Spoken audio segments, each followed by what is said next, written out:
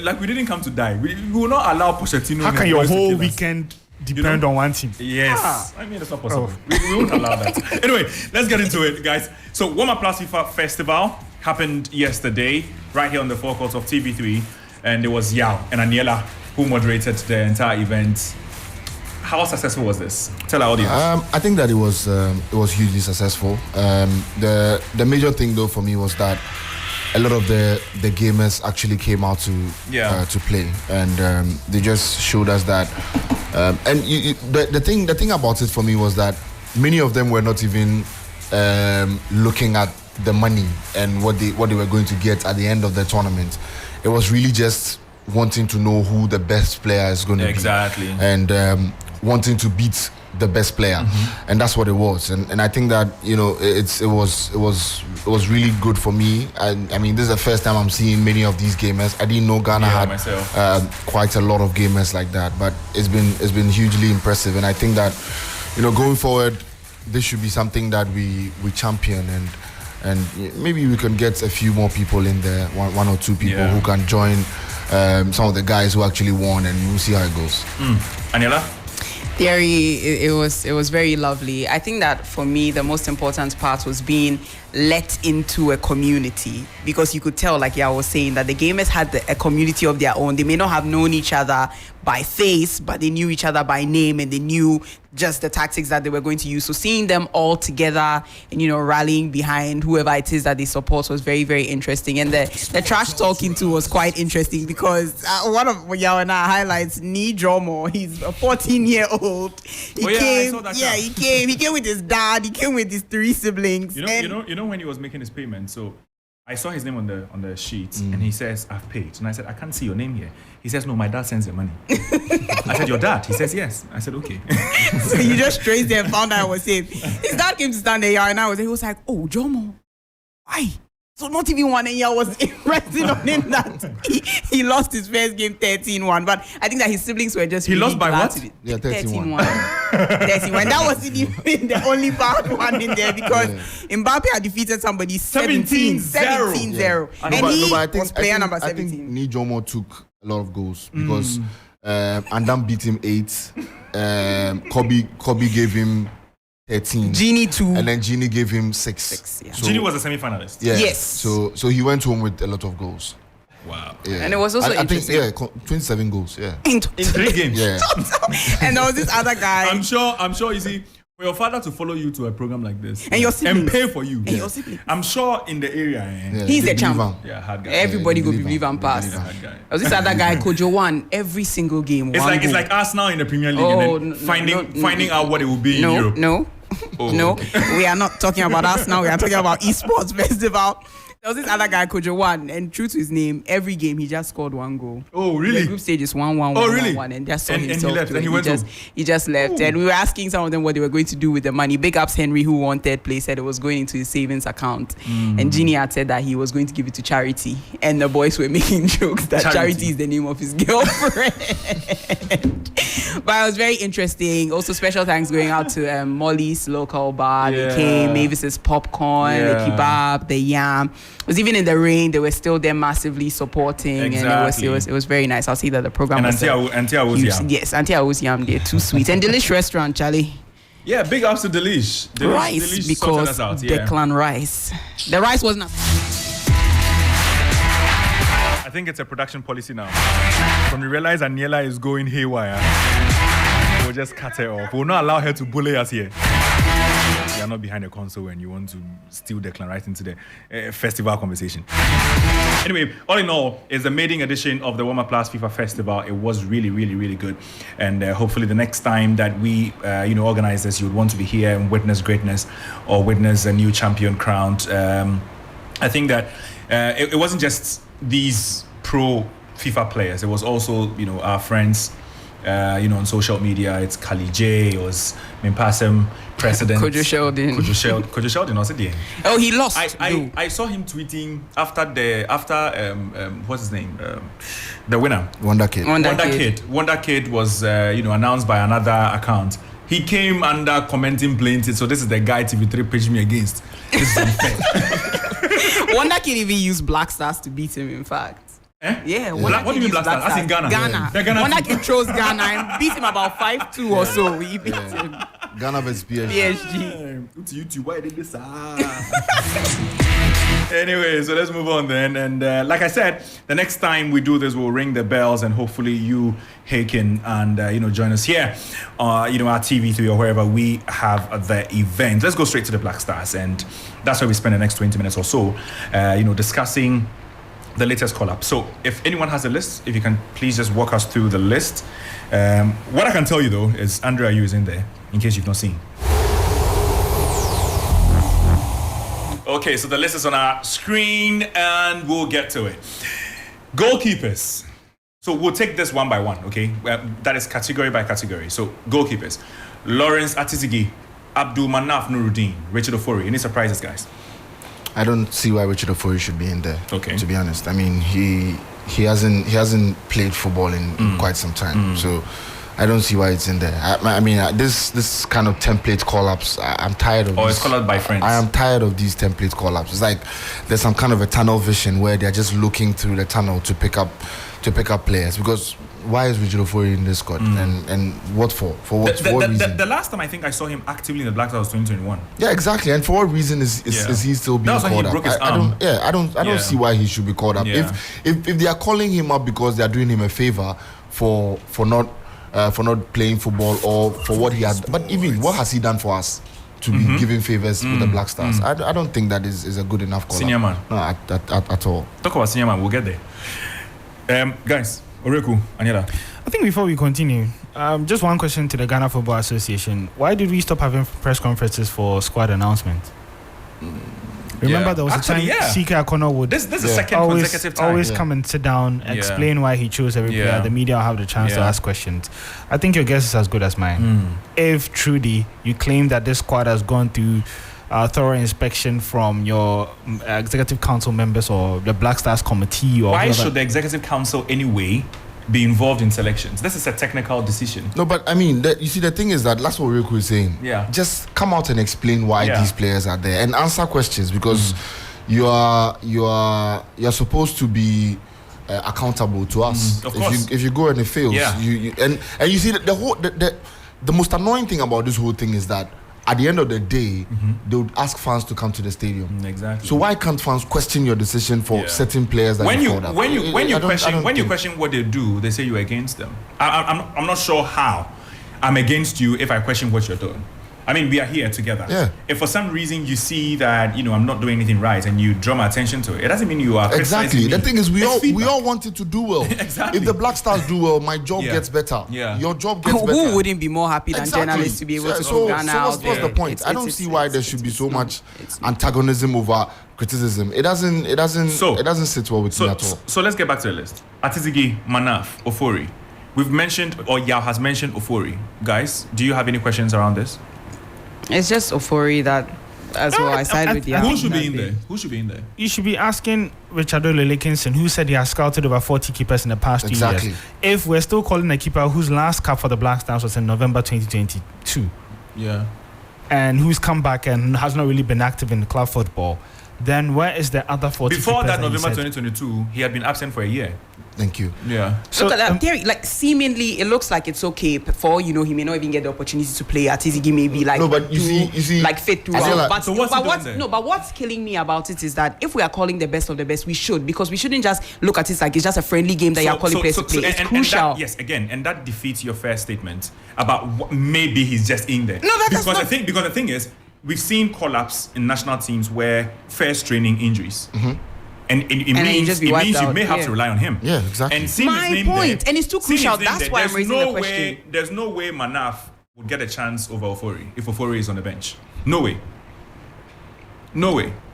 So, it's where we are. Defenders, and I'll walk you through that. So there is Alidou Seydou. I'm sure we all know him. Right back, did really well at the World Cup. Gone missing just a little bit after that. His comeback in there. Kingsley Schindler is also in there.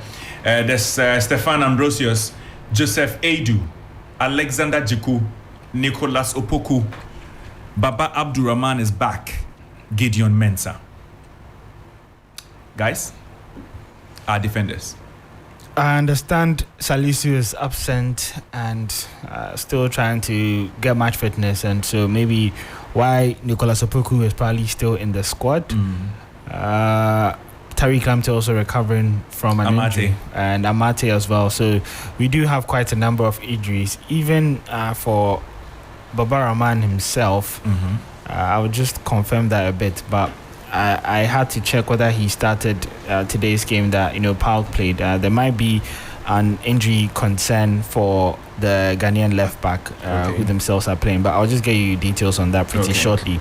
But I think if you look beyond that, it's probably the most decent that we have. The only questions I have is what happened to Patrick Pfeiffer that we spoke to about playing for Ghana. We've not really seen a glimpse of him since he converted from the possibility of playing for Germany to the Black Stars. And so just checking him, Baraman is on the bench. He's on the bench. Yeah, for POK. Yeah, he had a bit of a knee issue, so I don't know whether that would translate into the game that they play next week for Ghana. But for me, I think the defense is a major concern, because if you remember, that on paper was our strongest unit as a national team in the current state, where we had the likes of Jiku, Amate, Salisu, Joseph Edu, we had Tariq Lamptey and all these guys, but now a number of these key players are injured or not fit enough, and so it's a big concern in that in a crucial match you would have to try another partnership at the back that we're not too conversant with, but hopefully, Central African Republic should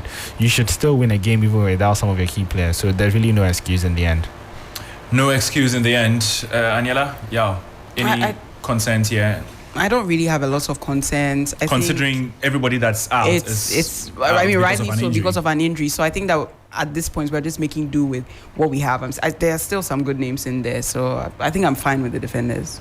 Okay, I think so too. 2 right backs, 2 left backs. Let's go to problem. Midfielders. There's Abdul Samed Salis, Baba Idrisu, Edmond Ado, he's back. Andre Ayew, he stays. Elisha Owusu, Mohamed Kudus, Ransford, Konigsdorfer. You mentioned Edmond Ado and said he's back. He's back to do what? You really no. To be honest, because the guy is not good. He has shown you that he's not good. What is he doing in the team? Yeah. In our previous game, I don't know what was it, Madagascar or one of those games. He was awful in that game. And also another question is that these are 4 number 6 that you have in your team. 4 number 6. Salis, Baba Idrisu, Edmond Ado, and Elisha Owusu. All of them are number 6s. Yeah. So why do you have 4 number 6 in a group of midfielders that you've selected? For what? What are you going to do with them? That's true, actually. Exactly, and I don't see why that should be the case. Now, another thing I'm asking is that Ransford Konigsdorfer has been called up several times. When are we going to see Ransford Konigsdorfer play football in a Ghana shirt? When? His name is not even registered in the minds of Ghanaians because nobody has really seen how you play with the Black Stars. How often should he be called up before he gets a chance to play? As for the Andre Ayew one, I don't even want to go there because it was very obvious that they were going to call him anyway. But that call up, I wouldn't say it was a shock, but it was exactly. It was like a knife in my heart seeing the name there. Not because I hate him. I keep saying I don't hate anyone. How has someone not played football, doesn't have a club, is now fishing for a club? The thing is, and he's still in the national team, the senior national team. His total minutes this whole year won't be even up to 90 minutes. That's even when he had a club, he wasn't playing. Yeah. So now that he doesn't have a club, what is the extra motivation to add him to the Black Stars team? It's crazy. Where we are going to take on a really crucial game against the Central African. So if I look at this list with 4 number 6s, it means we have only Kudus and Ransford who are the attacking guys centrally, because anyone could have made a case, maybe there are some attacking options in the forwards, but I'm sorry, but they are either number 9s or wingers. Exactly. I don't see a number 10 in there. Who's going to drop deep? Yeah. I mean, Nyama, Bukari, Pencil, all of them are wingers. Antoine Semenyo is a number 9. Jordan is a winger. Iñaki Williams also prefers to play on the wings. On the wings. And so who's the person who's the number 10 in there? There's nobody. I mean, and maybe that's the reason why Mohamed Kudus is in there. Kudus, so say I mean, again, I don't want to jinx it, but say he doesn't stay fit. before the game? Kudus. Who plays in number 10 role? Then they have to. Then Andre Ayew plays. I mean, the thing is, even if Kudus is there, Andre will play anyway. Yeah, you understand? And that's what's going to happen. You know. I actually mentioned the 4 number 6s and forgot there was Andre in there. Yeah, your mind has already called him out and not up. Anyway, let's go to the forwards. And we have Inaki Williams, Antoine Semenyo, Jordan Ayew, Ernest Nuama, Osman Bukari, Joseph Pintel, Jonathan Sowa. The guys up front, the guys who possibly could be getting us the goals. In the past, have they gotten us goals? No. Maybe. No. I mean, Osman Bukari in recent times got a couple. He's not going to start. Yeah.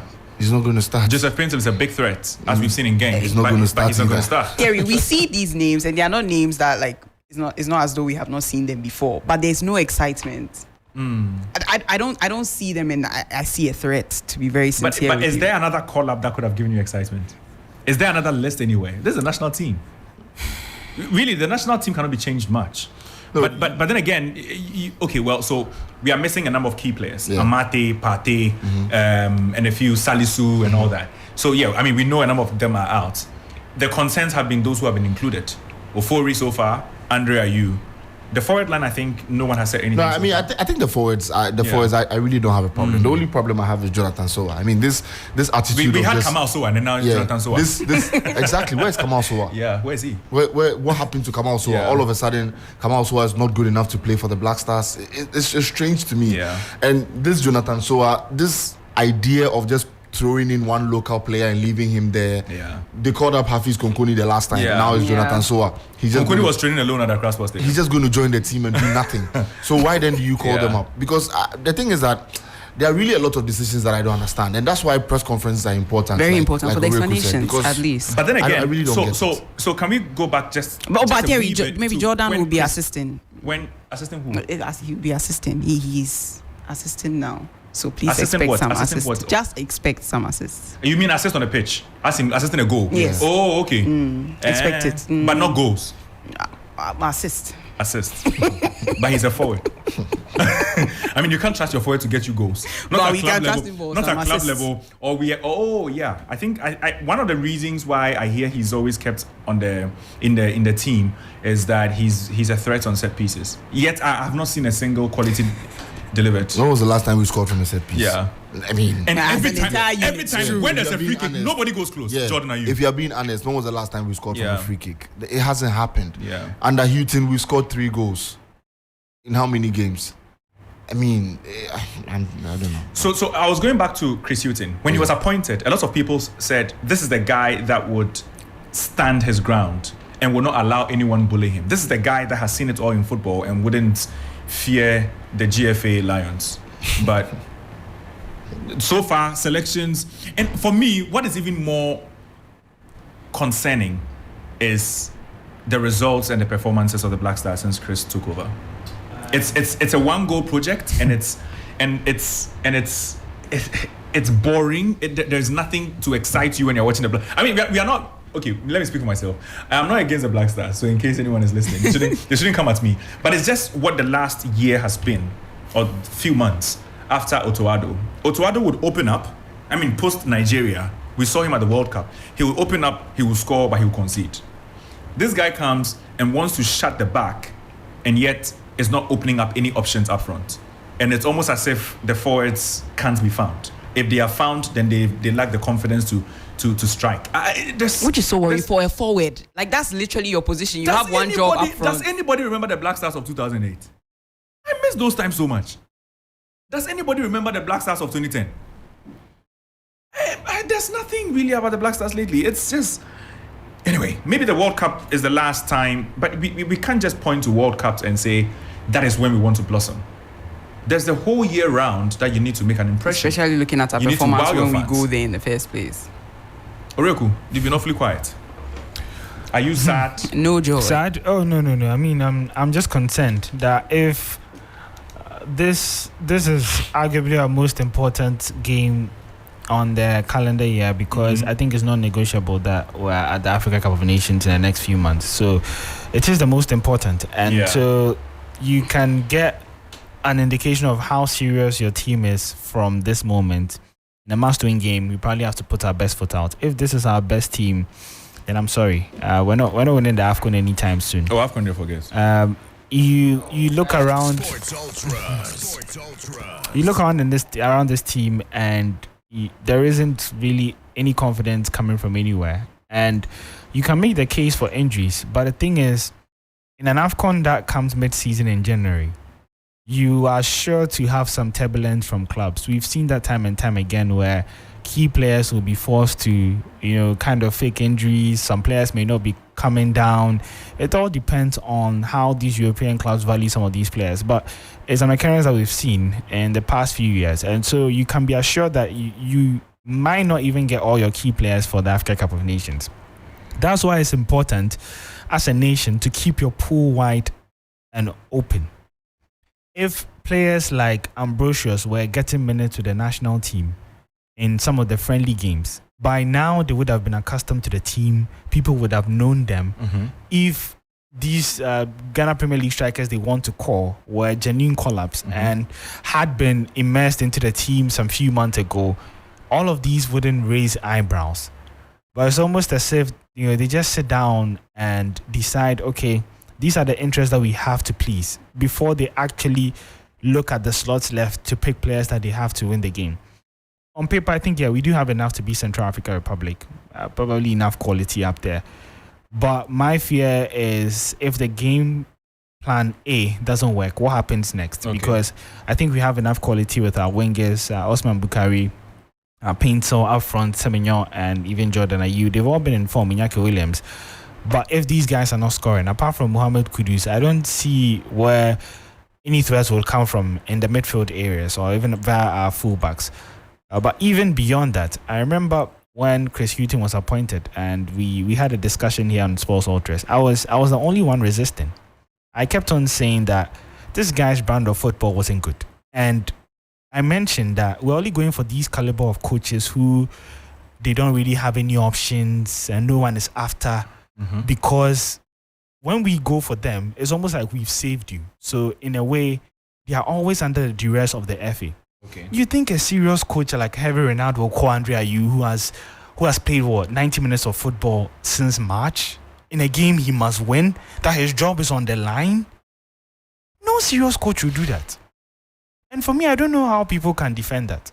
Because at the end of the day, no matter what is going in and around you, when the team plays poorly, when the team fails to win the AFCON, you are the first point of reference. So I don't know what other opposition or which other resistance can be greater than you losing your job. Because if it doesn't work, you still lose your job either ways. Yeah. And I would have really loved to hear from him in a press conference. I have an idea of what he would have probably said. That we lack experience. We don't really have, players in there with a number of injuries and absentees. You look around and maybe... I think our vice captain, Pate, is not there. Amate, second vice, is also not there. Maybe Richard Ofori has come back, so there's some bit of leadership in there. I'm sure he would have probably gone down the line of leadership and experience. But it's just not good enough. And I think this was an opportunity for Chris to send out a message. A message to other players out there playing across Europe that if you do well, I will give you the opportunity and I can trust you. But going back to the same old method, it just shows a coach whose hands are tied. And I'll say what I said at that time again, that there's a reason no other clubs were after him. He hasn't really learned anything in the past 6, 7, 8 years. He's not hot property. The game has probably moved on from him. Yeah. And I just don't see a way around how we're going to win an AFCON under such a coach, because he's been known to be a defensive coach. If you look at his track record, even when he was winning the championship, he doesn't score a lot of goals. And so you're seeing the signs in how the Black Stars are playing. He's not going to change overnight. This is his brand of football, unfortunately. And the bad thing is that, when you're not playing 2-1, you're winning, you're fine. But now that we're not winning, everyone is pointing to the bad performances as well. So we may probably, qualify. I mean, it's Babayara, Central African Republic. It can't get any better for the Black Stars. I'm sure they may probably qualify, but for me, the important thing is we have to make each match between now and the AFCON count. You're going to use the same squad for the friendlies. Give players the opportunity to play. Someone like Ransford. Let us see what he's made of. If he's part of your plans for the AFCON, these are the games that you need to let these guys play. We need to diversify our portfolio and give other players the opportunity to play for the team. Then we can fully judge and have a bigger pool for the Black Stars. But I'm definitely not too confident heading into this one, especially with the news update coming in from Arteta that Partey might be out for a while. And if Partey is to miss the AFCON, then I'm sorry, it could really be a disaster. I doubt he misses it though. I'm just not sure what level of commitment he would come in with even if he does appear. No, the thing is, even when he wasn't injured last season, he was coming with a physio. Now imagine him coming off the back of a long-term injury. Exactly. If Arsenal are to release him, I'm sure the conditions will be... It'll be enormous. Anyway, let's look at the qualification for the Africa Cup of Nations 2023. Remember, it's happening in Ivory Coast, early next year. Nigeria have already qualified from Group A, as well as Guinea-Bissau. Two teams who have already qualified with one game to spare. Sierra Leone and Sao Tome and Principe are eliminated. Burkina Faso have qualified with 10 points, same points as Cape Verde.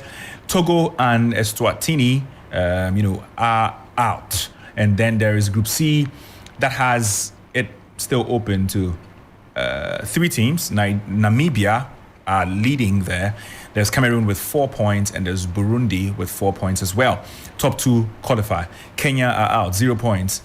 Because they were disqualified. Now, there is Egypt qualifying as well as Guinea in Group D, 12 and 9 points respectively. Malawi and Ethiopia are eliminated with 4 points apiece. And then in Group E, there is Ghana, Angola, Central African Republic with 9, 8, and 7 points respectively. Madagascar eliminated. Now, we'll focus here just for 2 minutes. I'll ask my guys here our chances, going forward. And then there's Group F. Algeria have qualified, as well as Tanzania, Uganda, and Nigeria eliminated. Mali has qualified. Gambia, Congo, and South Sudan. No, South Sudan are eliminated, but Gambia and Congo will wait for final day with 9 and 6 points respectively. Zambia and Ivory Coast have qualified. Comoros and Lesotho have been eliminated. I have a feeling everywhere in this group, Comoros would have dealt with us. In Group I, there is DR Congo, Mauritania, Gabon, and Sudan, who have 9, 7, 7, 6 points, and it's a full-blown, group that is, waiting for final day to know who goes through. Group J, Equatorial Guinea, and then Tunisia are the teams that have qualified over Botswana and Libya. South Africa and Morocco have qualified. Senegal and Mozambique have also qualified at the expense of Benin and Rwanda. Let's go back to Ghana's group, and that is Group E. Ghana has 9 points, Angola has 8, CAR has 7. So meaning that if we draw, we go through. Yeah, fine, yeah. Yeah, we draw, we are fine. With Central African Republic. Yeah, no matter what who happens, have 7 points. So, a draw means CAR will have 8 points, Ghana will have 10 points. And that's good to go. Only that we may not top the group, because if Angola win against Madagascar, they would go 11 points. Yeah. So, I'm just looking at securing that draw, not even topping the group. The thing about you have to go with the mindset of winning. The thing about going for a draw is that you'd expect Angola to beat Madagascar, though, a team that has nothing to play for at home. And so if Angola are leading, remember, if at 89th minute Ghana are drawing, it means you're technically just 1 goal away from being knocked out. And you don't want that situation, because absolutely anything can happen. A set piece could be flown in and a header, and that's it. All your hard work in the past year just goes right under the drain. And the funny thing is that I think qualifying for the AFCON won't do much in terms of confidence, but not qualifying for the AFCON will do so much damage to our confidence that World Cup qualifiers, I don't even think we should go ahead to play it. The negative press, everything surrounding the team would be so difficult to deal with that I don't even think they can get people at the stadium for home matches during the World Cup qualifiers if you don't qualify for the AFCON. I think it's an abomination, and it shouldn't even be considered. And so I'm hoping that they're able to work their magic once again in Kumasi. And then from there, we keep on building the team marginally. Okay, let's move on then. We go to women's football now. Ampem Dakwan ladies. They've been doing some magic lately, and they did so this time against Delta ladies or Delta Queens in Benin City, beat them by a goal to nil, and by doing so, they have secured both the regional title, that's the WAFU Championship, and then also, the coveted spot in the Women's Champions League, following the steps of Hazaka's ladies, who also obviously did the same last year, marching straight to the grand finale. Aniela, I'll start with you. Yeah, Theory. I think Delta Queens will be left scratching their heads, to be honest, because if you look at the game, they did dominate some part of it, but they were no match for Ophelia, who managed to get the goal in. And I think that they've done really well. I think that even just looking at the excitement on their faces, you can see the commitment that they put in, and to be able to emerge victorious in this manner is great. And, kudos to them. The Ghana Football Association has said a lot concerning their performance, and I think it was apt. Nigeria, on the other hand, I think they would be a little worried, because since this thing started, I think at least in the past 3 editions, they have featured in the CAF Women's. And so for them to miss out on it last in this fashion, time, it was Bielsa Queens that beat Ampem Dakwa and prevented them from going in. Yeah. So now I think it's only fair that we get one now. At least if it's like that, then the next time we want to qualify for the World Cup, it's only fair that Nigeria also stop us. Anyway, but it's football. Anything can happen. Anything can happen. Oh no, as well, Ampem Dakwa, I think that they are a really good side. I mean, themselves and Hazaka's ladies have really held the flag of women's football for Ghana in the last 10 years. Care to take glory for this? I mean, he should actually, because these guys are good, and if he's taking glory for it, he needs to make sure that these girls are comfortable to play their football. And so going into the CAF Champions League proper, I just hope that there are no excuses of we don't have money and so we can't play, or we need support for X and X stuff. If they do well, it's going to go on his CV, and so he needs to do anything to make sure that they are okay to play. And so Ampem Dakwa have really done themselves some good.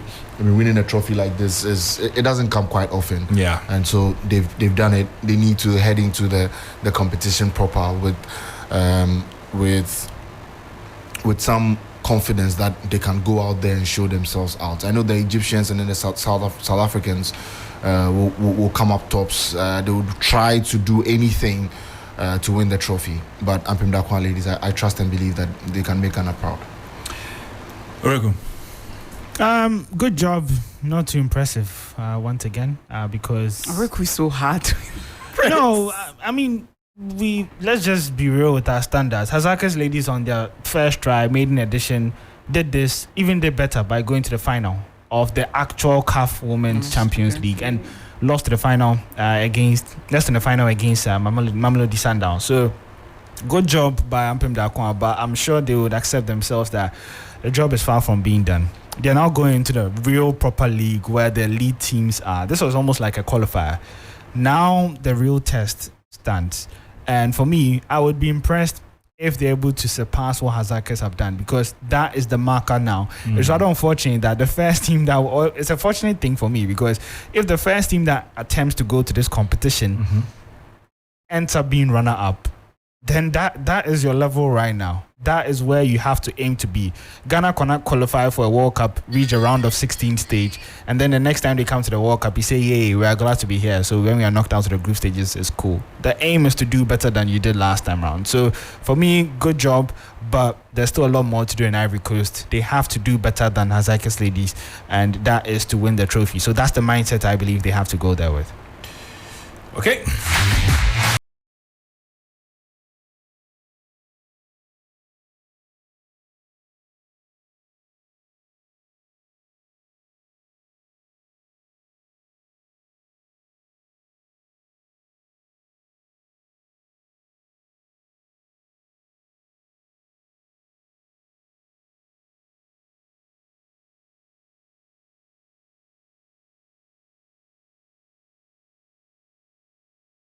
We'll be back soon talking more about football. This time, European leagues would actually go straight to the transfer, deadline day, and also look at some big transfers, and then we'll come to the European leagues before we get out of the studio at 7:30. We'll be right back. This is 3Sports, the best sports team in the country. Get interactive with us across all social media platforms on Facebook, Twitter, and Instagram at 3SportsGH. Accra gets busy on this frequency. 92.7 3 FM. Sports Ultras. We're back, and thanks for holding with us. Now we go into the transfers that happened or that didn't happen on transfer deadline day. Mohamed Salah could have happened, maybe should have happened, maybe there's a window for it to still happen, and so we'll look at that. Mohamed Salah, Oreku, I'll start with you, to Saudi Arabia. It could be a record transfer considering the amounts being splashed.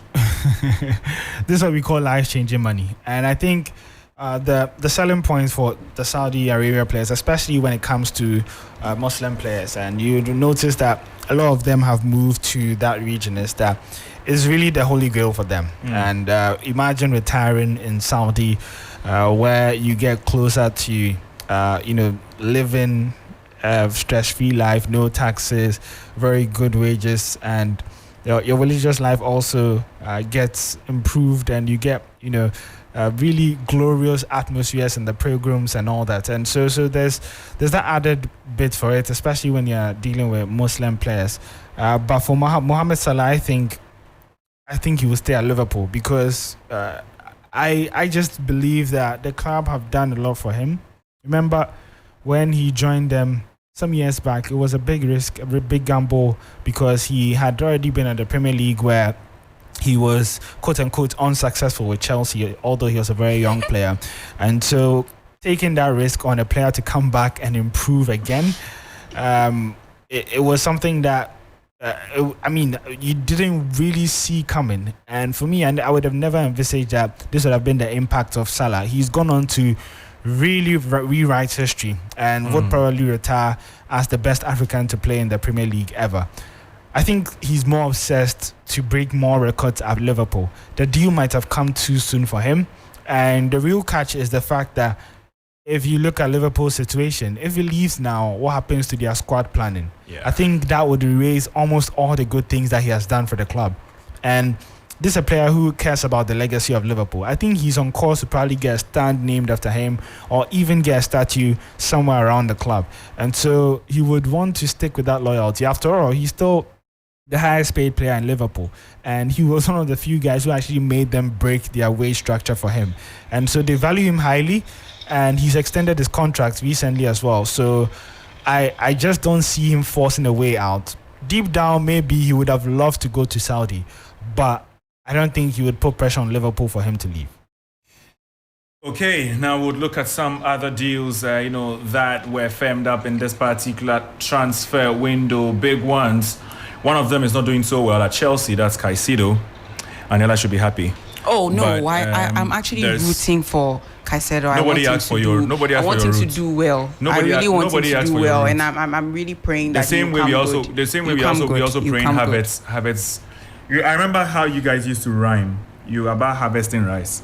Now you are rising. That was Kelvin. That was Kelvin. Oh, now you are planting. That was Kelvin. We don't know about the harvesting period. Harvest hasn't been too good, but again, Oreku himself said it's early days yet. So I'll just want to borrow that. Yeah, so Caicedo to early days yet. Oh, Caicedo, you come good. Yeah, don't worry, obviously. After giving away a few more goals. Yeah. Anyway, so I don't think real major deals happened on a day, did they? No. Yeah, there aren't too many. Yeah. Besides Lukaku going to AS Roma, even that was the day before. Yeah, it was the day before. I mean, there were only a few. There was João Cancelo and João Felix to Barcelona. Yeah, two Joãos. I think the two of them. Yeah. And the announcement was really spot on. Yeah. From Barcelona as well. I mean, so are they improving Barcelona though? Well, of course they are. I mean, in the attacking setup that Xavi wants to play, they improve them. And also, it gives Lamine Yamal, the 16-year-old, a chance to relax and not put a lot of work on his shoulders, because now they have Joao Felix who can help him so that he debutizes. And also for Cancelo is a world-class right back. Anybody who gets him has gotten a really good player. He changes the way Barcelona will play as well. I mean, they can go into a 3-5-2, a flat 4, whatever. Okay. I think Cancelo would really, really help them. So yeah, I mean, the transfer deadline day signings, especially for Barcelona, were really good. For Manchester United, though, was incredibly useless. What? Because I don't see why you bring Johnny Evans to a club 7 years after letting him go, knowing how bad he was, and just last season relegating Leicester, and then you bring Johnny Evans back into your team. Before the relegation season, though, he was good for Leicester. He wasn't good. He wasn't? He wasn't good. You see, the thing is... He was the experience they had. You see, the thing is that we always try to make excuses for some of these players, but Johnny Evans wasn't that good. When Johnny Evans got into that Leicester City side, they started falling off until they were relegated. He wasn't in the league winning side. He wasn't. Yeah, he wasn't. And then the season after they won the FA Cup, he wasn't there. Or even if he was there, he played a big part role. When he got into the setup and started playing, what happened to Leicester? They were relegated. Today, he came on, and look at what Johnny Evans came to do. In 2023, a team like Manchester United has Johnny Evans starting, signing him on deadline day of all days. Why add 2023? No, because I don't see how this makes sense in football or anywhere else. Because I don't see how a team like Real Madrid will let maybe Sergio Ramos? I mean, even for what Sergio Ramos did for Madrid, Madrid can say, because of how good maybe Raul Albiol or something. No, you see, that's the thing. Johnny Evans doesn't even match up to all of these guys. Crazy. So I'm trying to find someone who wasn't really that good at Madrid, and let's see how Madrid are going to bring him back into their fold after 7 years, because they can't find anybody. I don't think that it's incredibly crazy. And I mean, wherever United is now is because of decisions like this, and it's never going to work out. Okay, Oreku, are you happy with Chelsea's? I want to let you talk about Man United. So no. I was going to talk about Barcelona. No, Barcelona. Okay, but we rarely talk about Barca, so it's fine. Yeah, I was just saying where they are right now. That's 11th. Yes. Nobody was asking about. No, but just for the avoidance of that. Let her or they just know that they are 11, just on top of 12th FC. But wouldn't him say Emre Danepa? You know that. You know your time. No, but the thing is, if she thinks she's winning the league, she's not. So I don't. I'm not mentioning anything. I'm not mentioning anything about winning the league. Every day you want to bully me here. Today I'm busy your class. It's always keep quiet. Nobody's bullying you. Nobody's bullying you. Who has bullied you? Nobody's bullying you. You are the one bullying us. Nobody's bullying you. You are the one bullying us. In any case, are you winning the league? Adela, straight question. Are you winning the league? It's okay. That goes without saying. We are winning the league. Okay. Producer, please record this. Record part of the show. Oreku, talk about Barca. I wanted you to sum up Chelsea's window, but I mean, over $1 billion spent, and you can't call on anyone who can score goals. Look, let me talk about Chelsea before I come to Barca. For Chelsea, I triggered you. Just a few. It's okay. Yesterday during the festival, instead of focusing, he was on his phone. Them score me. Okay, let's go. Can I make a longer score you? Anyways, it's a difficult window to judge because of I think it's mixed emotions if you're trying to assess what Chelsea did in the market. If you look around, I don't think any club sold better than Chelsea. We probably got excess of 200 million from sales, and I was confident, especially at the start of the window, how we're discarding players who were not really on the good side of fans. So someone like Kovacic, Mason Mount, Kai Havertz, Loftus-Cheek, all of these players divided opinion, and I thought it was good for them to go at a point. So we start something fresh. Now something fresh comes in where I believe we overpaid for a number of players, starting from Enzo. We've had a ripple effect ever since that. Whenever we go into the markets, there are different prices for Chelsea. Yeah, you saw that with Caicedo. We've seen that with Cole Palmer. And we've basically seen that with almost all our signings post Enzo. So, my biggest issue is that if you look at the money that we've thrown around, I'm just wondering, what really is this long-term project that they see that we don't? Because per my knowledge, what I do remember from all of the great rebuilds, I can throw you back to even when Pep Guardiola came to Man City and took over an aging squad. He didn't go around buying 18-year-old, 19-year-olds who have a high ceiling with regards to reaching their potential and developing into good players. He bought players with a good mix of experience, a good mix of potential, and then some already established players as well.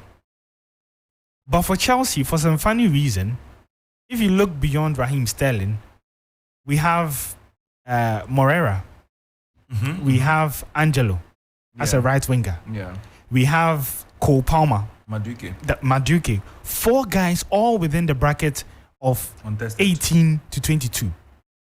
All of these guys are raw. All of these guys are left-footed. All of these guys play the same way, love to cut in. All of these guys, most importantly, need game time to reach that potential that you see them at in the next 2-3 years. So what really is the plan then? I have a feeling they just didn't want to miss out on any potential star out there. They want to go with the approach where we have it all, and then maybe 2-3 will come good. The rest that don't come out, we sell them. But what you're doing is that, what's the assurance that those 2 will come good? And at what expense? Because the thing is, if Madueke is getting playtime, it means that Cole Palmer will be on the bench. Remember, Nkunku will come back to the team. At a point. So what really is the plan if we have all... Chukwuemeka will also come back. All of these young players who... The most important thing for young players is game time. And that cannot be assured at this club. We've gone back to the old model where we're buying players and loaning them.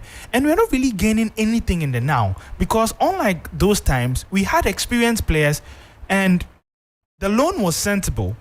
But now we don't even have those experienced players. We have Nicholas Jackson, who has less than 15 career goals, leading our line. Our next option is Broya, who just came back from injury. Anila, look at me. And we are not talking about Nketiah here. I thought Origo was excited about Jackson, so it's just I am. But you see, the thing is that you can't leave the burden on another young player to get you 20. All his career, he hasn't even scored 15 goals, and now he has to score 20 goals in one season.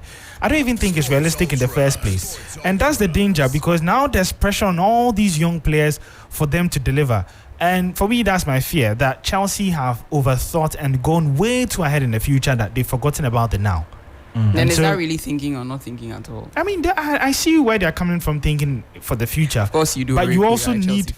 No, I'm being very objective here. You also need the now. You cannot see your club constantly fail to qualify for the Champions League and, stay within relevance for the future. If you're thinking of the future, you also need some form of success now.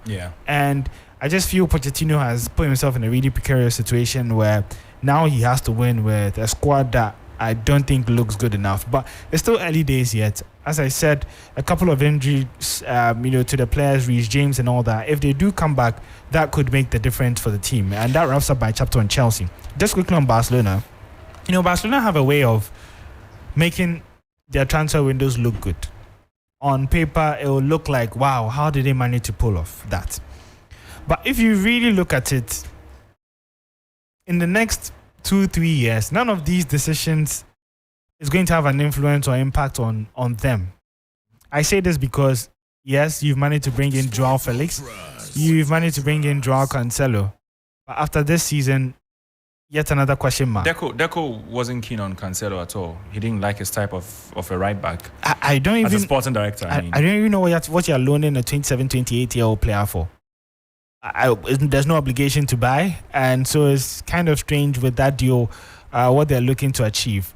Maybe they need a short-term fix for the team in that area, but then you've gone for... I think Barcelona have just gone for too many short-term fixes. Now you loan Fati out for a year, Joao Felix comes in a year. So what happens if Felix does what that is important? Where are you? Because Chelsea are looking for a long-term fix, Barca are looking for a short-term fix, and you have a problem with both. So two polar opposites. None of them can find a balance. So you want a balance of... I think both of them, for Barcelona, their lack of balance is that they just can't afford to plan long-term. Every window looks like they're clutching at straws. We have to look for free agents. But that's not the Barca we know. The Barca that we know used to fight for the top talent in football. And every big player wanted to go there. Yeah. It looks like they've been in a financial, low at the moment. But it's dragged on for too long. It's been 3-4 seasons now that we've not really seen Barcelona in the market that are really sweeping everyone off their foot. But as I said, I don't know how long this will go on for.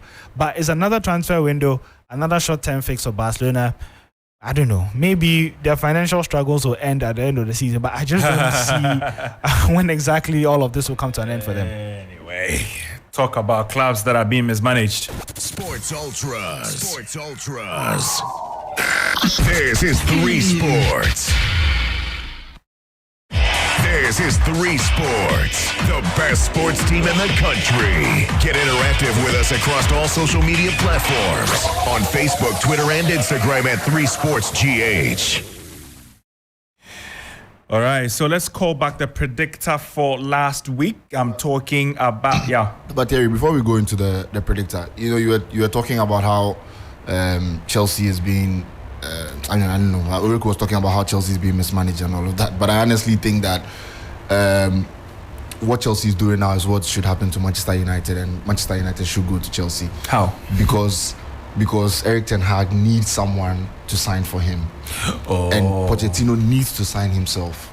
And that's what it is. No, that's what's happening. So I get it. That's what's happening. Pochettino is in a club that has too many minds deciding for him who comes in. Yes. And then Ten Hag needs those minds. Yes. To sign for him. Exactly. I get it. And that's what it is. Yeah. I get it. And Arsenal, where do you stand with this? You have people signing for you, Arteta choosing also? Didn't you see one of our signings back? Havertz? No. I saw Havertz. The predictor. So as it happened last week, Oreku says AC Milan will beat AS Roma by 2-1. Correct score. And it happened. Correct score. Manchester City will beat Fulham by 3-0. 5-1. Let's go. Win. Real Madrid will beat Getafe. 2-0. Let's go. Arsenal will beat Man United. Close enough. 3-1. Let's go. Says Liverpool and Aston Villa will be a draw. Unai is not serious. Okay. So that's your response to your failure. But that guy is not serious. Okay, let's go to Yao. Yao says that Aston Villa will beat. Okay, I know why Yao now says that. No, he's not serious. So also says that United Arsenal will be a draw. That's another wrong one there. Real Madrid will beat Getafe, correct. Man City will beat Fulham, correct. AC Milan 2, Roma 2 ended wrongly. So 2 correct out of 5. Bill says AS Roma AS Roma versus AC Milan will be a 2-2 draw. Manchester City, I have a feeling this guy copied you. Says that Bill also says that Manchester City will beat Fulham by 3-1. Real Madrid will beat Getafe by 3-0. Correct score. Arsenal will beat Man United. Why are you going to Aniela, please? Oh, Thank you very much. Arsenal will beat Man United by 3-1, and then Liverpool 2, Aston Villa 2. Aniela said Roma would lose to Milan, which they did. So correct Fulham score. would lose to City, which they did. Getafe would lose to Real, which they did. Man United would lose to Arsenal, which they did. And then Aston Villa would lose to Liverpool, which they did. So, excuse me. Let's give it up.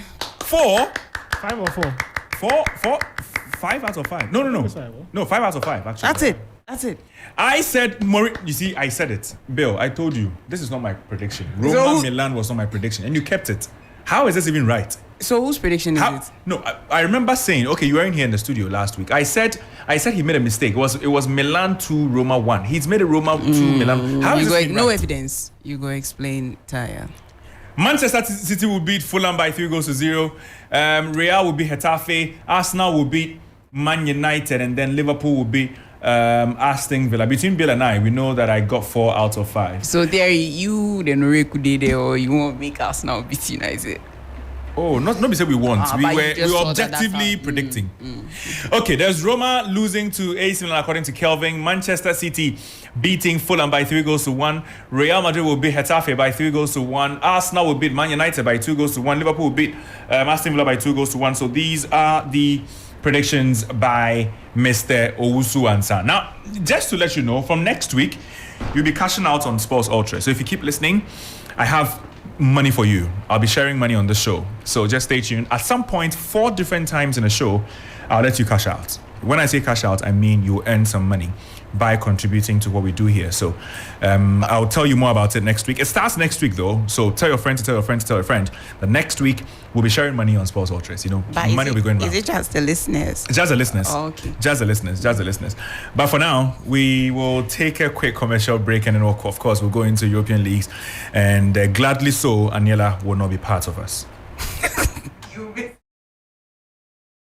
Artificial intelligence, creativity, and sustainability. Join this year's Africa Rising 6, brought to you by the International Advertising Association IAA at the Kempinski Hotel, Gold Coast City, as we uncover the power of building future-ready brands on 5th and 6th September. Speakers Sasan Saidi, World Chairman and President, International Advertising Association, Andrew Techiapia, Co-Founder and MD, ZPay, Letepu Machaba, Independent Business Leader, former Vice President of Home Care, Unilever, Ivan Moroki, CEO, Kanta South Africa, Guy Parker, Chief Executive, Advertising Standards Authority, United Kingdom, Steve Papaiko, CEO, Extreme Ideas, Sami Awuku, Director General, National Lottery Authority, and many more.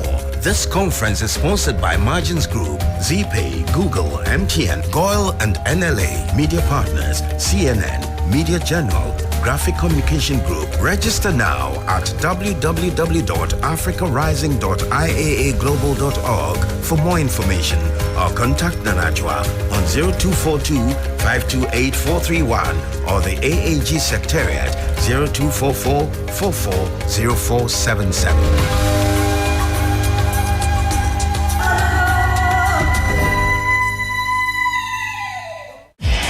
This is 3Sports, the best sports team in the country. Get interactive with us across all social media platforms on Facebook, Twitter, and Instagram at 3SportsGH. Sports Ultras. Sports Ultras.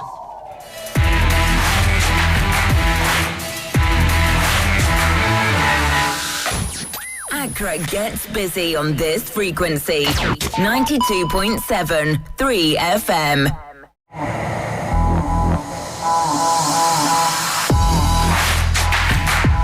Jatano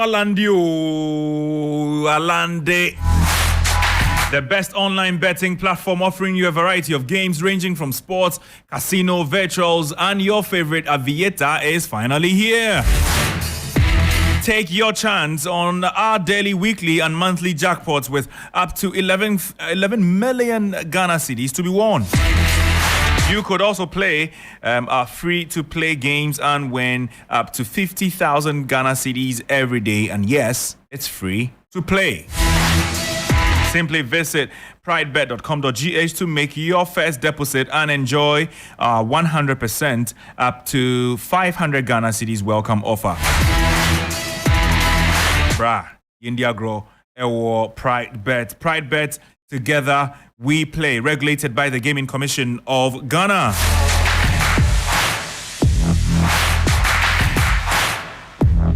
When are Chelsea going to begin winning consecutively, Riku? At least, we had beaten Luton Town. And the key word, consecutively. We also won against Wimbledon. No, I mean in the Premier League. Yeah. In the Premier League. It's a process. I mean, you can only be optimistic about it, but at the time you also have to be a bit measured that a game against Nottingham Forest shouldn't be a match that you struggle with, especially at home.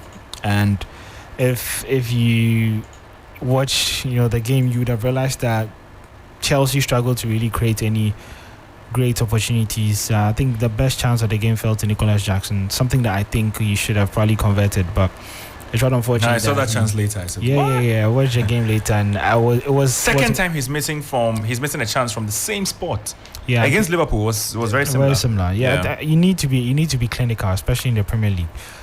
For the first time this season, I saw Chelsea lack a bit of ideas. I defended all other results, even the defeat against West Ham and the draw against Liverpool, because for me, I always want to look at the process. And I thought in that game we did enough to win it. Against Nottingham, I just don't think the team did enough. I don't know what went wrong or whether it was the shape that they met in Nottingham themselves. But they've proved to be very difficult to beat, especially for the bigger sides this season. We saw their performance away at Emirates, and then we also saw their performance at Old Trafford against Manchester United. So if anything, they had given the indication to Mauricio Pochettino that they're a very difficult side to beat, a tough nut to crack. But it looks like we couldn't find solutions on the day. Now the transfer window is closed, and so you cannot get any options on the market. So we have to do with what we do have now. And then the international break is coming, and so that's at least a good time for Chelsea to really reassess where the team is. Hopefully some injured players come back and all that, but we do have a very hefty schedule coming up where we'll be facing a lot of the top sides between now and December. And so it's time that post-international break is dangerous for Chelsea. It's really difficult, and if you look at it on paper, it could really be tricky and shaky for Pochettino. But the only good thing is that at least there's no European football in between, and so would have a good enough rest in between these games, and so Chelsea have to make use of that added advantage in those games. Okay, we've been joined by Prosper. Good evening. Good evening. I hope you're well. I'm good. I'm doing fantastic. Good. Yeah. Now, talk me through Liverpool against Aston Villa. And because Aston Villa have been on good form, haven't they? Yeah, I mean, the first season strong. The first game of the season wasn't so good for them. Playing a very high line. Got some goals in there. And we went to regroup, came back. They've made some significant signings. I mean, Bailey's in there. There's in the wide areas, they have Diaby, play with Magin. They have Yuri Tielemans. They have a really, really good squad. And even before transfer deadline day, they signed Clement Lenglet from Barcelona. So Emery's trying to build something, but they just weren't it against Liverpool. And Liverpool moving into the season, I said that they were going to be one of those sides in the Premier League that were going to compete for the trophy. I've seen them over the last 5 years. There are times where the club goes downhill, and sometimes club's decisions in terms of tactical decisions doesn't really pan out right. And we saw that last season. Sometimes the injuries and all that, but they are going to compete for it this season. And they showed up against Villa. I mean, Shaw was like, how about that for a cracker, a real stunner. And so Liverpool are in for it. They have signed Gravenberch from Bayern. It was supposed to be Paulinho moving to Bayern on the last day of the transfer, but that failed. So they're strengthening their side. Obviously, they do not have as much quality, or let me say, as much depth as City have or possess in their squad. But then again, let's just wait for the season to end, or how things will pan after December, January, thereabout. So moving into the international break, clubsmen can be absolutely confident that, look, we are doing well and we take it game by game. Yeah. Okay, and let's talk about Arsenal Man United, because it wasn't a good turnout for United. It seemed like a game that could go either way until the very final 15 minutes. No, it was never going to go either way. Why? It was never going to go either way. Because first of all, United weren't good today. If we are being very honest, they were not good. They scored first. They had another goal ruled out. No, you see, that's the thing. When United scored first, Bill, you're not welcome here. The biggest worry for me was that can they hold on and defend properly, and they couldn't. And after the goal for Arsenal, then I kind of felt like it was just not going to work out. The thing is that, look, Thierry, we've been in North London 2 weeks ago. We lost 2-0 to Spurs. And if you check the away record against the top teams, it has not been good under Ten Hag. Okay. It wasn't miraculously going to change today. And I know a lot of United fans are going to talk about the Garnacho offside and whatever, but if such a decision is taken against you, under no circumstance should you implode like United did. Fine, it's offside. Move on with the game. You have 8 more minutes to get another goal or to finish out with a draw. What happened? How do you go from 1-1, which was 2-1 at a point, to lose 3-1? I don't think it makes any sense to me. Does it not speak also of Arsenal's quality? I don't think it speaks of Arsenal's quality, to be honest, because if that goal has stood, then what makes of Arsenal's quality? They reacted positively you understand? A setback that no, you see, that's the thing. Have it's just So it's like emotions in football is like a pendulum. It swings to both sides. If that goal stands, United goes on to win the game. Yeah. The moment you move to Arsenal's side, Arsenal wins the game. But all I'm saying is that United should have held their heads down after that decision and kept it close until the end. But to be very honest with you, like I spoke about Johnny Evans, I just don't understand how a decision like that can be made when Johnny Evans comes back to play for Manchester United, and in a game like this where, I mean, there are so many excuses, and Martinez was this, Martinez was that, and Lindelof was in. Bro, are we serious? Like, if we are serious, how is this even happening that someone like Johnny Evans is playing for United in 2023? I checked your squad and realized Van de Beek is still in the squad. Yeah, exactly. I mean, do you see, these are some of the problems. Van de Beek is still at Man United. These are some of the problems I've forgotten about him, at Manchester United. Exactly. And that's the thing. Look at how long it took to offload someone like Mata. Even after a season when he played a bit part role, it took so long for United to let Mata go. And you see, that's another thing. I just want it to change, really. And the thing about United fans is that United fans do not want to blame Ten Hag for mistakes like this, but Ten Hag has to answer questions, especially the away form against the top 6 sides. He has to answer questions of why the away form is so poor. One, last season they said it was his first season, and so he had not institutionalized his play on the players yet. Yeah. We are in season 2, and United still have no identity. There's no proper football United is playing. And if they are going to consistently play like this, I don't see how things will change for United. Okay, we are still talking about the English Premier League, and Brighton Hove Albion beat Newcastle United. Bill, your mic is. I told you, you are not welcome. You are not welcome. You are not welcome. Brighton beat Newcastle by 3-1. Brentford drew 2-2 with Bournemouth. Tottenham Hotspur beats Burnley at Turf Moor by 5-2. There was Manchester City thrashing Fulham by 5-1, something others should learn to do. Sheffield United also drew 2-2 with Everton. West Ham United went all the way to Luton and beat them by 2-1. Kudus featured, but late in that game.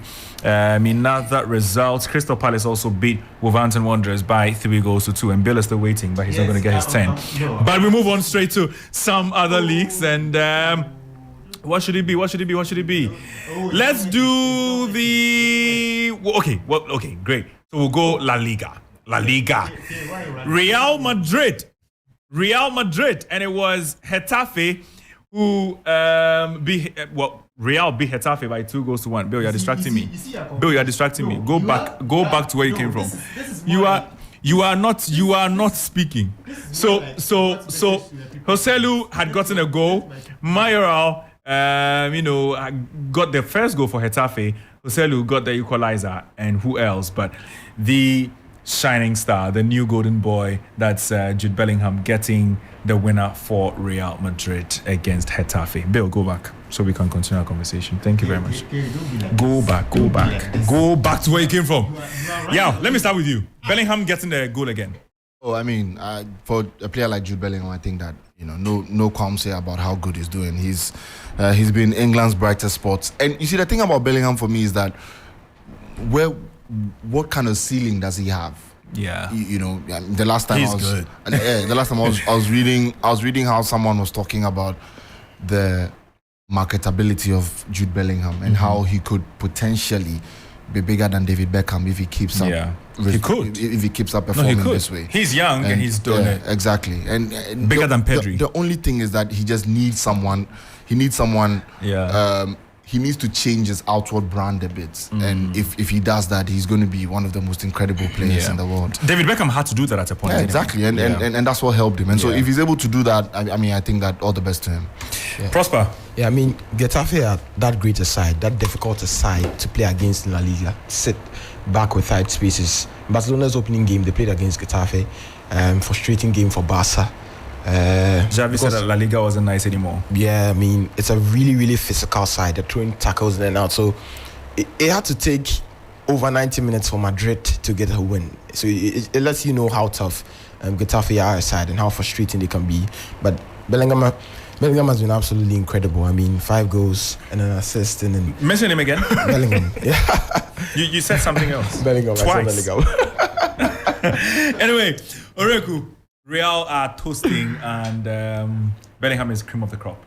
I don't know why everyone seems to be filled with ecstasy about Real Madrid's performances, but it's just not sustainable. The truth is that you're leaving it too late every time. Yeah, it's fine when you're doing this in cup competitions and you're progressing because it's just 5, 6, 7 times that you have to do it. But it's league football. You have to be good for a fair bit of more than 30 games to be able to win the league. Yeah. Real Madrid have started this too early. Usually you see this getting to the end of the season. Isn't it also because they have too many players out injured? They have Militao out injured. They have Vinicius out injured. They have Courtois out injured. They have quite a number of players out injured. Yeah, I mean it's I mean you have to cut them some slack. This is a team that is missing superstar quality in their ranks. I think the biggest miss will be Vinicius. But you still think they should have enough quality to be able to be comfortable in games against Celta Vigo, Getafe at home. But I'm just saying that almost each game, apart from the Bilbao match this season, has been treated like a cup final. And the truth is, I don't think Bellingham will probably keep up this scoring rate. It's at an unsustainable rate. He would slow down a bit. He's a midfielder being tried out in a false 9 position. And when he does slow down, what happens to the other forward players? I do think that this Madrid side is probably the thinnest in terms of squad depth and squad quality that they've had in the past 8 years. Especially when you look up front. That failure to replace Benzema, especially when there were a number of attackers on the market this time round. You're looking at Harry Kane, even Højlund could have provided a good outlet for Real Madrid, but they do have this obsession, unhealthy obsession with Kylian Mbappe that may bite them in the back, especially in the UEFA Champions League, where I think that they would need a lot more quality up front, because you cannot be doing these type of performances where you're leaving it late in the league games, and then 3 days later you're traveling to play Champions League matches against more difficult opposition. They need to be much better on the ball. They need to be more assertive. They need to control games better, and that's something that we've just not generally seen under Ancelotti. And I think that's one area that they have to work on. And I mean, Ancelotti probably has to find solutions to the injuries that they do have, but they should be winning some of these games much better, in a much better way. And for me, the area that Ancelotti has to work on is his ability to really and fully control games, especially in La Liga, because there's that inferiority. Real Madrid, who do have quality that other clubs don't have. Yeah. Of course, now let's do some other results before we move on from La Liga. Cadiz beat Villarreal by 3-1. I remember Villarreal going ahead in that game, but lost ultimately. Almeria also lost at home to Celta Vigo. Real Sociedad beat Granada by 5-3. Deportivo Alaves also beat Valencia by 1-0. Real Betis beat Rayo Vallecano by 1-0. Girona also beat Las Palmas by 1-0, and then Athletic Club Bilbao drew goalless with Real Mallorca away from home. Currently going on is Barcelona against Osasuna, and it's 0-0 after 20 minutes. Let's move on from there and do the German Bundesliga before we come to the Italian Serie A. And it's quite a lot happening there, because since 2019, Bayern Munich have not won against Borussia Mönchengladbach. And so if anyone was going by recent history and predicting this game, you'd have gotten wrong, because then you don't get the win against Mönchengladbach if you're Bayern Munich. But this time they got it, and for the first time since making his home debut, Harry Kane did not get on the score sheet. So beating Mönchengladbach by 2-1. Let's discuss that before we move on. Bayern Munich winning. Yeah, I mean, Tuchel has struggled ever since he came in to emphasize his identity on this Bayern side. Moving into this season again, we're expecting them to, it's early days yet, so you can't really tell after 4 or 5 games in the league how to. It's actually 3 games. 3 games, yeah, to judge a manager moving forward. But Bayern will most likely run away with it again this season. Even last season, it looks like it. Looking at how, per their standards, in the last 10 years, how poor they were last season, we're expecting Dortmund to pick it up on the final day on the final match day of the season last season, but they failed to do so. Had players, they've also lost some players, Dortmund, and Bayern go out there in that league to emphasize their authority in terms of transfers, buy the biggest stars or the rising stars, and you can see PSG trying to do that in the French league. So yeah, Bayern are always going to run away with it, and yeah, even though Mönchengladbach are a very great side or a tough side to come up against, it was an impressive win for Bayern 2-1. Impressive win for Bayern, and we expect to see better things from them going forward. But it was almost, some casualty at Eintracht Frankfurt when Cologne took the lead. But deep into the game, that was 90+9 or so. Eintracht Frankfurt equalized. But at Union Berlin, they got themselves go down by a man and lost to Leipzig by 3-0. In other results, Bayern Leverkusen, they beat. I think I've gone too far down. Okay, great. So Augsburg, they drew 2-2 with Bochum. The Leverkusen also beating Darmstadt by 5-1. Hoffenheim also winning against Wolfsburg by 3-1. Stuttgart beating Freiburg by 5-0. Werder Bremen also beating Mainz by 4-0. And Borussia Dortmund were at home against Heidenheim and still drawing 2-2. Dortmund. After what they did on the final day last season, I'm not shocked by anything Dortmund anymore. The whole world was actually looking out to them saying, grab it. It's just 3 points. Grab it and emphasize your authority. I mean, Bayern have gone on an impressive streak, winning the league about 7-8 seasons in a row. All you had to do is win it on the final day, yet they failed to do so. So I'm not surprised with Dortmund's result. And moving forward into the season, let's just see if they can really put up a task of competition against Bayern. Romelu Lukaku has returned to Italy. His new home is AS Roma. Not played a game. I'm not sure he's even trained with them. But his side lost by 2-1 against AC Milan. A 10-man AC Milan, AC dominating the Serie A this season. I think that AC have actually spent really well on the transfer market, and it is showing in the kind of football they are playing. I mean, if they are able to blend properly, I think that they will be miles ahead of everybody in the Italian Serie A. I mean, themselves and Inter, and who else? And there's another team that has actually spent so well in the transfer market. I can't seem to. I'll remember, but I think AC have really done themselves some good on the transfer market. They've signed some very quality players, and they are getting in the performances week in, week out, and I think that is really, really good. If they are able to hold their heads in, I think usually it's in the big games that they struggle, but if they are able to win 1 or 2 big games, then we can actually say that AC have actually come this season into the Italian Serie A, and they just want to run away with the trophy. I mean, they won the Scudetto about 2 seasons ago, so also it's not as if they sunk back into what they were. I mean, from between 2013 2019 about. So really they are close. So game by game, we will see as the season progresses. Well, they have considered 2 goals, Oreku, and Inter haven't considered at all. Both scored 8 goals.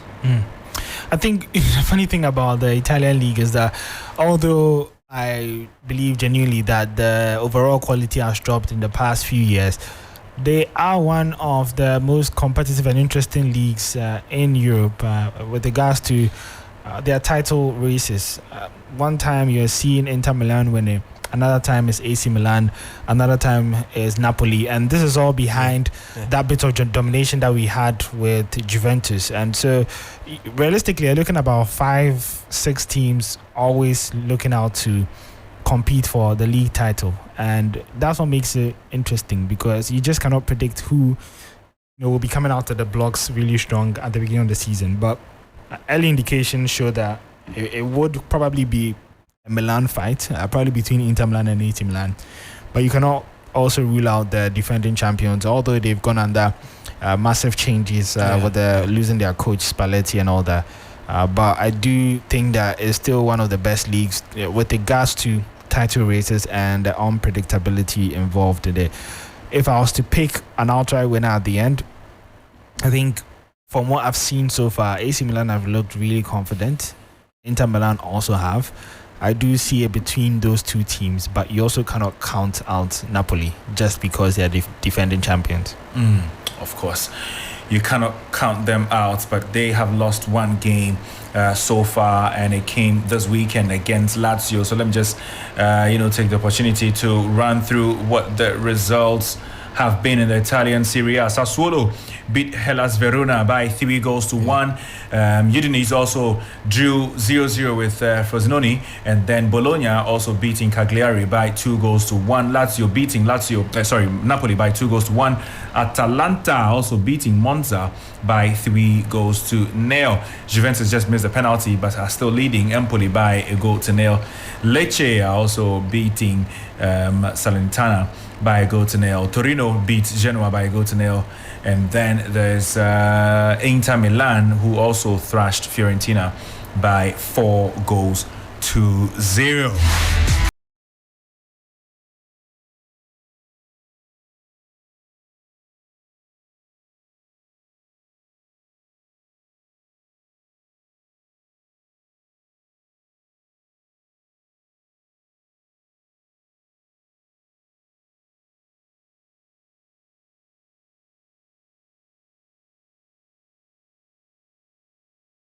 In France, as Paris Saint-Germain are beating Lyon by 3-0. Kylian Mbappe has been on the score sheet early on. Achraf Hakimi also got on the score sheet, as well as the man who just scored, and he is from Spain. That's Marco Asensio. So 3-0 against Lyon away from home. Asensio was one of the names that people really didn't regard in terms of the move to PSG, in terms of what he could actually bring to the club. But he's worked under Luis Enrique for quite some time, and has, even at the World Cup, Spain used him as a false nine. Enrique used him as a false nine. So Enrique obviously knows how to get the best out of Asensio. PSG have moved from, obviously this season, from the big stars to trying to get great signings that can compete, help the team compete in major competitions. And they have brought in Bracola, brought in Asensio in the wide areas. They've also brought in Ousmane Dembele. They still have Mbappe in the wide areas, this time not as a centre forward. And then they have Gonçalo Ramos as the centre forward as well. So that's Firehouse attack. And there's also, I think, a Japanese, or there's another white player that was signed from La Liga as well. So yeah, Paris Saint-Germain are in for it, and I think they will go ahead to win the league once again. The question will be as to whether or how good they will be in the Champions League against Enrique, because that group is a really, really tough one. A really tough group. And so that'll be it with the European leagues. But before we get out of the studio, because we have just like 2 minutes to get out of the studio, we'll discuss Medeama Sporting Club against Dreams FC, the Ghana Super Cup League winners against the FA Cup winners, and FA Cup winners, I wouldn't say are bottling it, but they're losing it, guys. Well, I mean, it's expected that Medeama have probably dominated in a league which is probably longer term. And usually when you have a Super Cup, whoever wins the league is the favorite, because the other opponent either did not win the league or they did not win the FA Cup or finish second. And so cup competitions always do not really give you a full idea of quality. There's the favor of the draw. There's also that part of luck with the penalty shootout and all that. But long term in the league, you expect a quality side to win, come out on top when they're playing roughly 34 games. And so for Medeama, I think it's good for them. For both sides, I think the most important thing is that it's a good stretch out for themselves ahead of the second round of the qualifiers for the CAF Interclub competition. And for someone like Jonathan Soa to score, I was coming there because a few days after I wasn't impressed when he was called into the Black Stars, but he scored 2 goals. Oh, he won't get some to play. He can score 40 goals today. Still need more. He will still not play some. So what's the essence of the call up then? Oh, just for experience. You learn on the bench. You learn on training. That's what they say. Training with Andrea Ayew. Solid. Anyway, that'll be all for Sports Ultras, guys. Thank you very much for joining us. If you did a listening, or if you followed us on Facebook and enjoyed the stream, my name is Thea Winyan, and I've been doing this with Yao Ofosulabi. Yao. Yeah. Final words. United needs to back up. I know. You see that the thing. I don't like my team losing before an international break at all, because you have to watch it for 2 weeks. Yeah. Imagine being in my shoes against Forest. But Prosper. You guys are winning. Oh, sorry, you'll be winning. Hopefully. I mean, Pamplona is a very difficult place to go to. It's Osasuna, bro. Is what? It's Osasuna. If you can't do this, then you can't beat it. You know, the very tough side to play against. Last season, we won there with a red card away from home. So it's not really tough. So it's not really tough then. No, it had to be a Rafinha masterclass. No, but it's not. I mean, if you could win away from home with 10 men, it's not too serious. No excuses for not winning this one. Let's wait for the results. I think you win anyway. Yeah. But yeah, Oreku, final words. Looking forward to Ghana's match against Central African Republic. It's a must-win game. It's a good break for us that our clubs are not playing too well, to refresh your mind.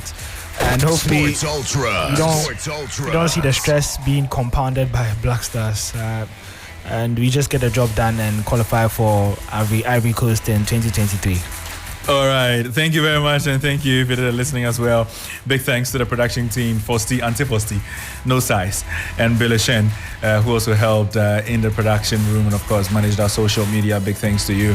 I see Kukwa in there. Big shouts to you. Happy birthday, Kukwa.